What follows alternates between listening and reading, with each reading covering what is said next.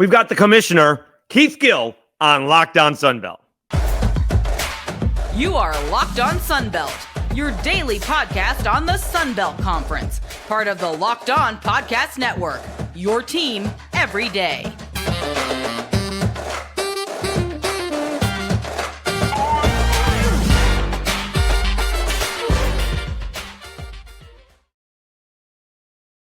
All right, Dave Schultz back on Locked On Sunbelt, your team every day. Today's episode is brought to you by FanDuel.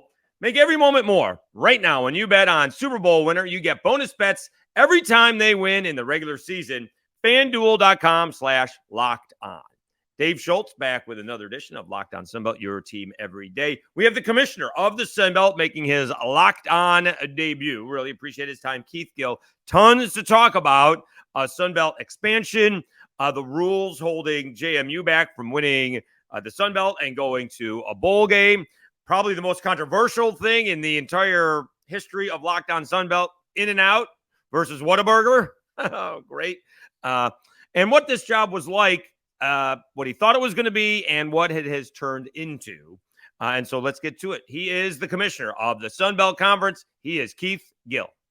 Dave Schultz was back with another edition of Locked On Sunbelt, your team every day. Really thrilled and honored to have our next guest on. He is the commissioner of the Sunbelt. He is Keith Gill, making his Locked On debut. Really appreciate your time, Commissioner. All right, so things move fast. Last Tuesday at Sunbelt Media Day, Sunbelt was okay with expansion. Still may be that way, but before the whole Sunbelt Media Day was over, like 4 p.m. on Wednesday, all of a sudden, Colorado's going to the Big 12. We're waiting to hear if Arizona's now going to the Big 12. And obviously, that may set some dominoes. Other teams may go into the Big 10. How does that affect what the Sun Belt may do in terms of expansion? Yeah, I do think it just means that we have to be diligent and try to track and see what goes on. I don't know that it really impacts where we are. Like I said, we like our 14. We like who we are. We like what we have. We think that's a good number for us. So I don't see us growing, and I'm optimistic we're not going to lose anyone either in this next round. So I feel like we're going to stand pat. We're certainly going to, kind of watch how it goes because you just never know, I certainly wasn't expecting Colorado to leave. And then, all of a sudden, they're leaving. So, who knows what's going to happen and how it'll impact us. So we'll be diligent, but we feel good where we are right now. So how does that work? Take us behind the scenes. Do the schools have to reach out to you? Are you allowed to reach out to the schools? How does that, take us back to the last process with the 4 teams that joined, JMU, ODU, Marshall, and Southern Miss. How does that work up on your level? Yeah, I think it's a little bit of both, just because of the timing. So, but in a lot of times the schools are reaching out to express interest, and and then you're kind of talking it through with your with your membership to make sure that there's reciprocated interest, and then you kind of figure it out through. But there are times when conferences would reach out. Based on what you hear in the media, it seems like that's kind of what's been going on recently. As there has been some conferences being aggressive, and certainly we would be aggressive if we thought something made sense. So it just kind of depends, but usually, it's a mutual conversation though. In some ways, who reaches out first is only an issue of timing, not so much an interest. Because if it goes, far along, usually both folks are interested, and, you're sitting down and having conversations and I'm trying to figure out if there's mutual interest. And if there is, then just trying to get a sense of if you can get it all the way to the end, which is difficult, because people, it's hard to leave a conference. It's hard to leave kind of all that history, and it can be expensive to leave a conference as well. So it's not something schools take lightly, and certainly conferences don't take lightly. So it's a challenge, but usually it does go fast. It's like a lot of conversations in a short period of time rather than a long period of time. It usually goes pretty quickly once it starts. We're talking to Keith Gill, Sunbelt Commissioner, Locked On Sunbelt, your team every day.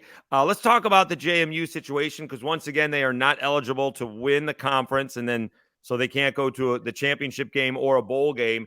Give us the rationale from your understanding about the rules moving up to full FBS and what's holding JMU back. They tried to get a waiver. They were denied. I don't know if they have another appeal. So why is it? We've had other teams do that and have the same situation in the Sun Belt when Georgia Southern and App State played really well, and yet we're not eligible to win the championship. Yeah, it's just NCAA rules as it relates to transition. And in some ways they're actually going to get harder. They're not getting harder in terms of the length of time, because it really is this 2-year kind of waiting period that a team that's transitioning from FCS to FBS must go through. And JMU certainly is a different case. They are clearly ready for all that FBS has to offer, and Right. certainly demonstrated that last year.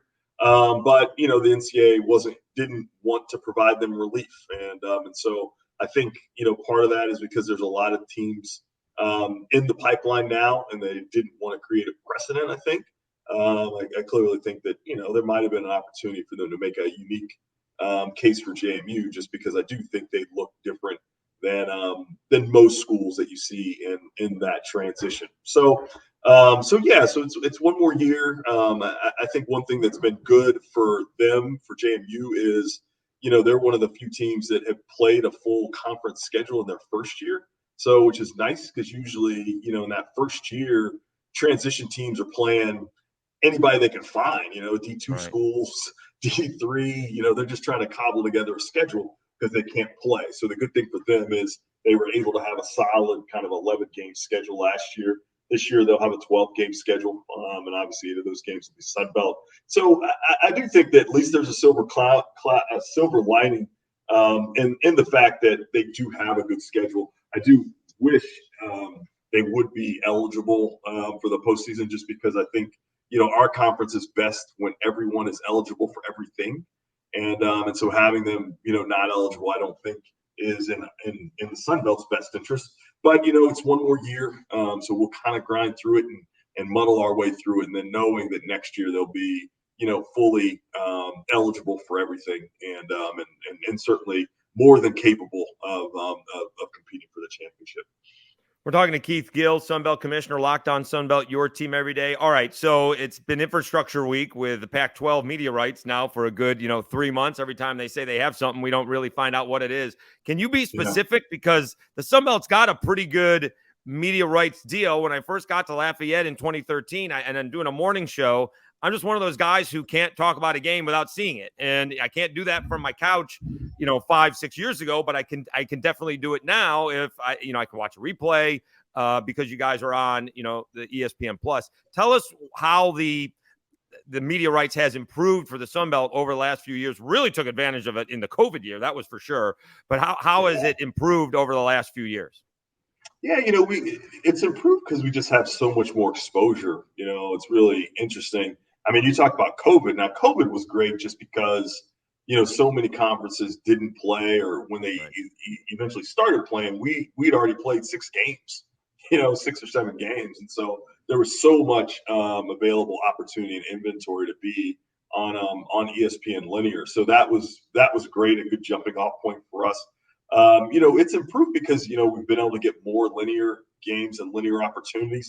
We've also been able to get more opportunities on the flagship networks, so obviously, we love any linear. So being on ESPNU is great, but being on ESPN is better. And so one of the good things for our, I think, midweek games this year, I think they're all maybe but one on ESPN or ESPN2, which is going to be that's a really good thing.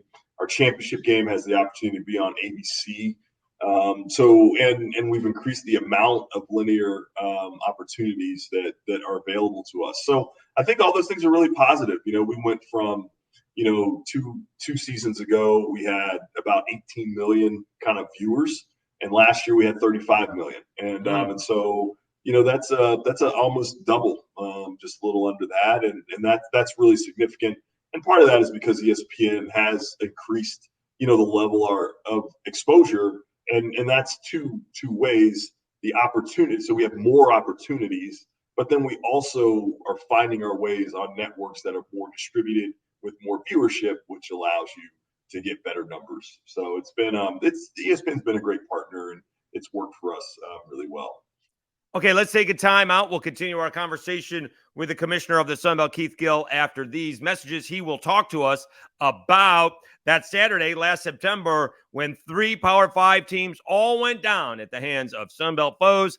and perhaps the most controversial take on the podcast thus far. He tells you which he prefers, In-N-Out or Whataburger.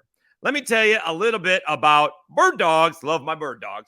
Birddogs make you look good. Birddogs stretch khaki shorts are designed to fit slimmer through the thigh and leg, giving you a truly sculpted look. Birddog shorts do the exact same thing as Lululemon, but fit way better. They fit way better than regular shorts that are made of stiff, restricting cotton. Birddogs fixed this issue by inventing cloud knit fabric that looks just like khaki, but stretches so you get a way slimmer fit without having to sacrifice movement. Birddogs uses anti-stink sweat wicking fabric that keeps you cool and dry all day long. Go to birddogs.com/LockedOnCollege or enter promo code LockedOnCollege for a free Yeti-style tumbler, like right here, and you'll get that with your order. That's birddogs.com/LockedOnCollege or promo code LockedOnCollege for a free Yeti-style tumbler. You won't want to take your Birddogs off, we promise. Got a new order of Birddogs just the other day. They fit fantastic, and I, especially in this heat down in the South, really enjoy wearing my Birddog shorts. All right, Dave Schultz, Locked On Sunbelt, your team every day.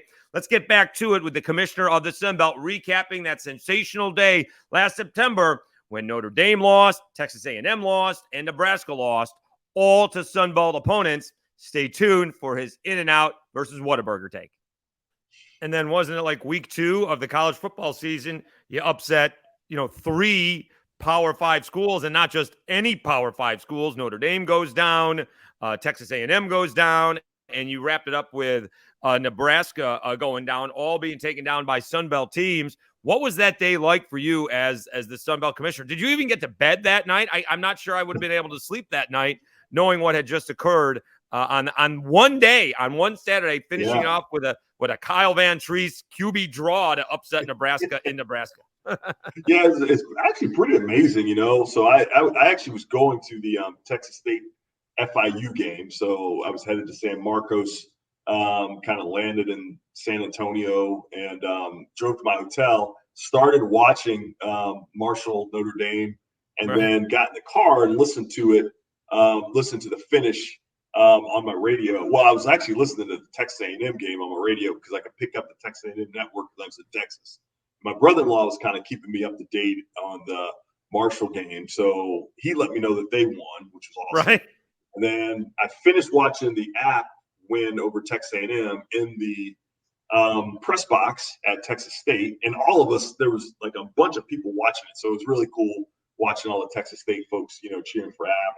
And then I finished watching the Georgia Southern win over Nebraska at an In-N-Out burger not too far from Texas State.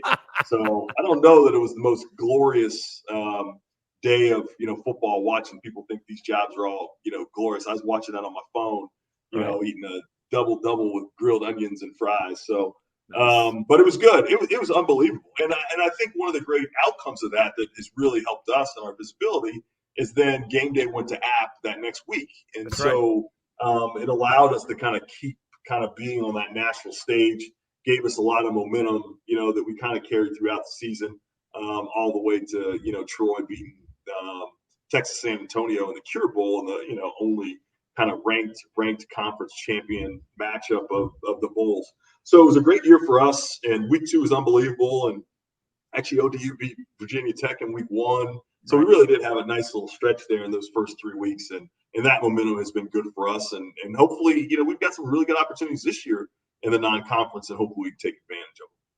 All right. Sometimes I plan out these things and I respond to what the interviewee says. So are you In-N-Out or are you Whataburger? I mean, that's very controversial in the state of Texas. Yeah. You know what?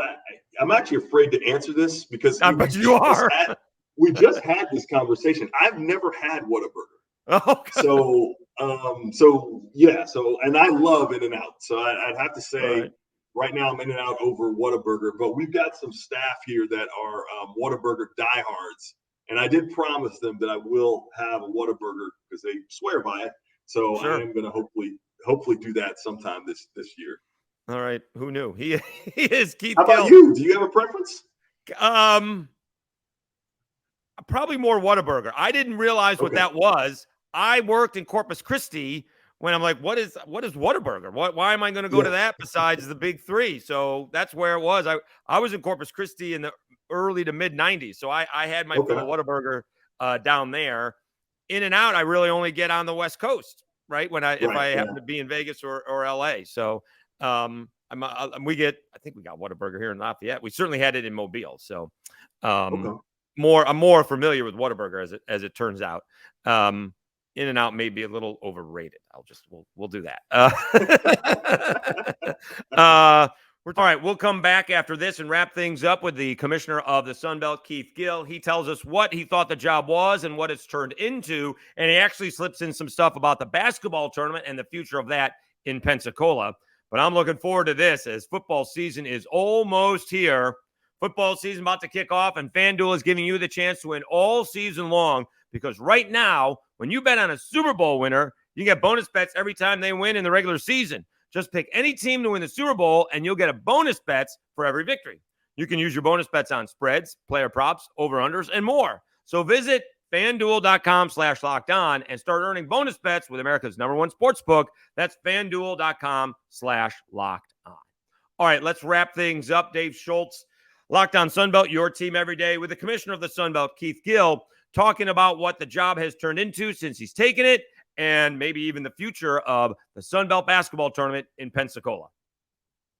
Keith Gill, Sun Belt commissioner, Locked On Sun Belt, your team every day. All right, what's this job been like? What did you think the job was going to be like, and what has it turned out to be? Because obviously things have been, fast and furious since you've been here with the COVID and the NIL and the transfer portal, things you may not be dealing directly with, although COVID you had to watch out and be kind of oversee that. So what's the job? What did you think the job was, and what has it turned into? Yeah, the two things I would say are most surprising is the realignment that was triggered by Texas, Oklahoma. Obviously, I didn't see that coming. And then COVID. Those are the two things. I think outside of that, the job has been relatively kind of what I thought it would be, in terms of the work. But those are two just shifts. And those are just so altering to the landscape that I would have to say that this job was nothing like I thought it would be because the COVID was just unprecedented, and just to be honest with you, we didn't know what we were doing, and we were just trying to figure it out and trying to talk to medical folks and trying to delay decisions until we had a lot of information. And I thought it was really chaotic and difficult, and I think we're still kind of unraveling some of those choices and impacts. But I do think that we managed it, as well as we could have, and I certainly feel good about the results. For the Sun Belt and for our opportunity to play on schedule and play safely. And I certainly credit, our COVID advisory team for that. And then I do think the realignment, was just, obviously we didn't see that coming. And now once it came, we certainly knew that those ripples were going to be felt all throughout the system. And just trying to develop a strategy and get ready for that. I think it was great because it helped me, form a tighter kind of bond or relationship with the ADs and with the CEOs, because I was still relatively new. I mean, I feel like maybe I was 2 years in at that point. And so, but we were talking like all the time, and that really helped us, and that really helped us get to know each other in terms of, vision, thinking, what outcomes they wanted. And so I think it's all been, really good and helpful for us.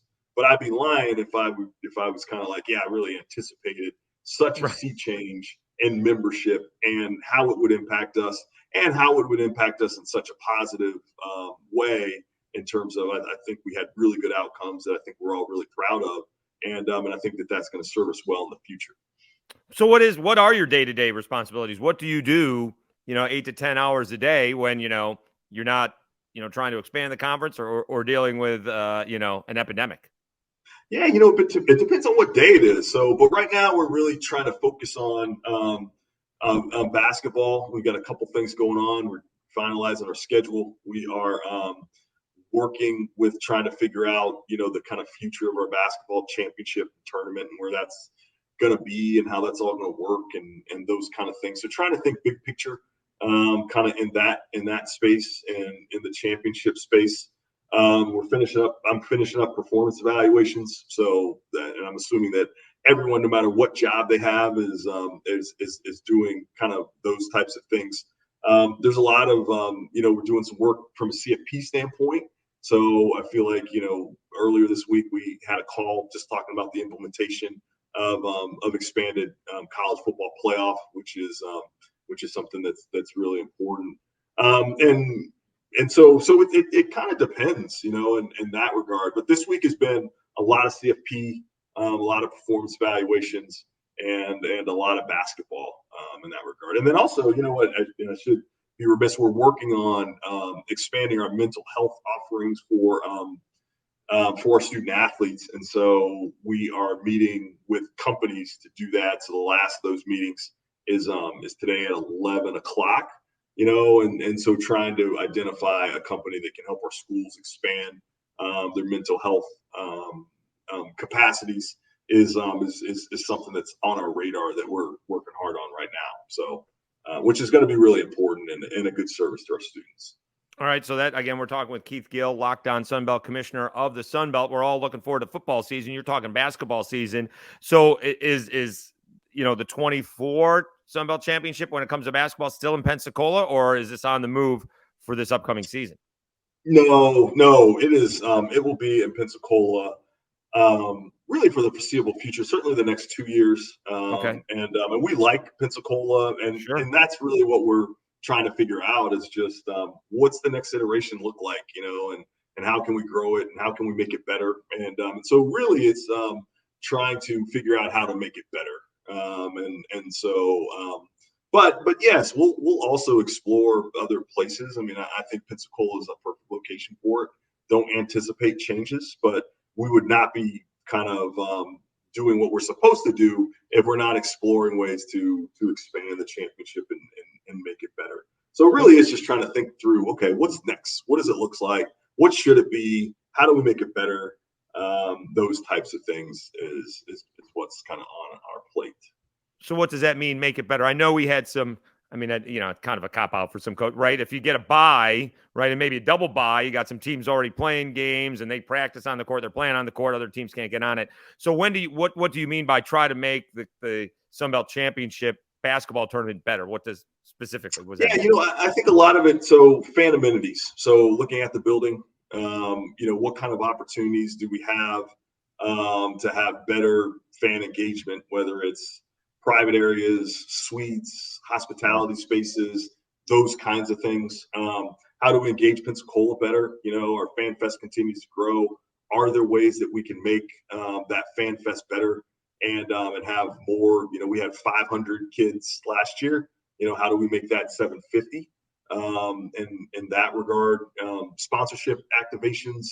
So are there ways that we can do that better to drive more revenue that actually helps kind of support the championships? It's those types of discussions in terms of, right. It's really kind of all the, things about, a lot of times in athletics, people think you just kind of cut on the lights and roll the balls out.